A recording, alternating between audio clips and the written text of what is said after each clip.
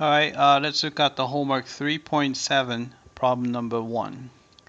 Alright, so let's find the x-intercept first.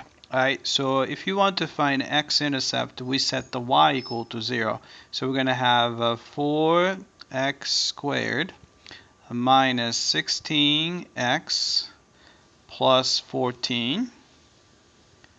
Alright, so I'm going to actually pull out, everyone has 2 in it, so I'm going to pull out the 2. Then you have a 2x squared minus 8x plus 7. Alright, so we set this equal to 0. Alright, then we can, this does not factor out nicely, so we're going to have to use a quadratic formula. So we have x is equal to, right, it's going to be negative b, so positive 8, plus or minus square root of 8 squared is 64, minus 4 times a is 2, times c is 7, and over 2 times a, so 2 times a, so 2 times 2. Alright, then, oh actually this is a subtraction there. Alright, then if you simplify that, you're going to get this. So this is 8 divided by 4 is 2, and plus or minus square root of, alright, 64, let's see, so it's 4 times 2 is 8, 8 times 7 is 54, 56, sorry. And 64 minus 56 is 8. So it's a square root of 8 over 4. Right? And the square root of 8 is what? 2 square root. So this is the same thing as 2 square root of 2. So we can cancel 2 and 4. It's going to be down to 2. So square root of 2 divided by 2 is 1 over square root of 2. So I'm going to actually write it as a 2 plus or minus 1 over square root of 2. Alright, so it's going to be the smaller x value would be, we can just type in 2 minus, right? So 2 minus 1 over square root of 2, right, comma, 0, and then larger one is 2 plus 1 over square root of 2, comma, 0. Alright, so let's check the answer.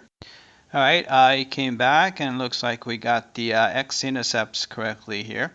Alright, so how about y-intercept? Y-intercept is easy enough. We set x equals 0, so we plug in 0 here, plug in 0 here, all you have is 14. So it's going to be 0, comma 14. Alright, so let's check the answer. Alright, I came back, we got the y-intercept correctly. Alright, so let's find the relative max and the relative min. Alright, so I'm going to just go ahead and take the derivative of the original function. So it's y prime is equal to 8x minus 16. Alright, so I'm going to set this guy equal to 0, and we're going to try to find the critical number. So I'm going to add 16 to both sides. So you have 8x is equal to 16. And then we can just divide through by 8. So we have x equals 2. Alright, so 2 is a critical number. Alright, so let's see if we get relative min or relative max here. Alright, so we have, we're going to put the tick mark for number 2. Alright, then we just need to find out the sign of the derivative. So for example, y prime, anything smaller than 2, so I'll try 0. So if you plug in 0, y prime is negative 16, which is negative. And if you plug in anything bigger than 2, so I'll try 3. Alright, so 3 times 6 minus 16 is going to be positive. Alright, so which means that the original function y is decreasing before 2 and increasing after 2, which makes this guy local minimum. Right?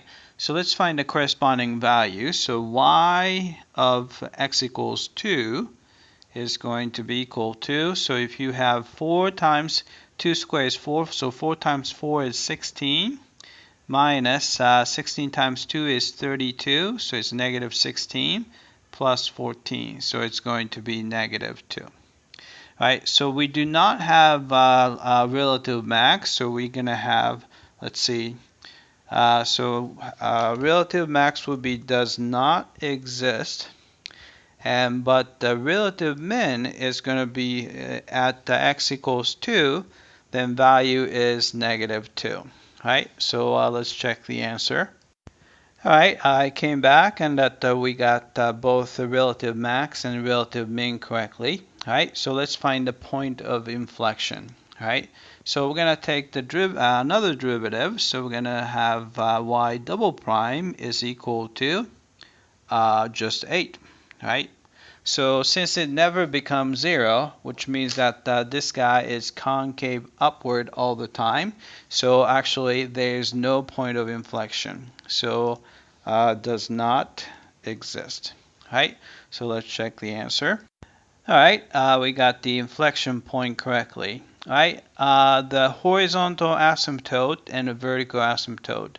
And if you look at this, this is a quadratic function, so there is no horizontal asymptote or vertical asymptote. So we're going to have does not exist here and does not exist here. Right?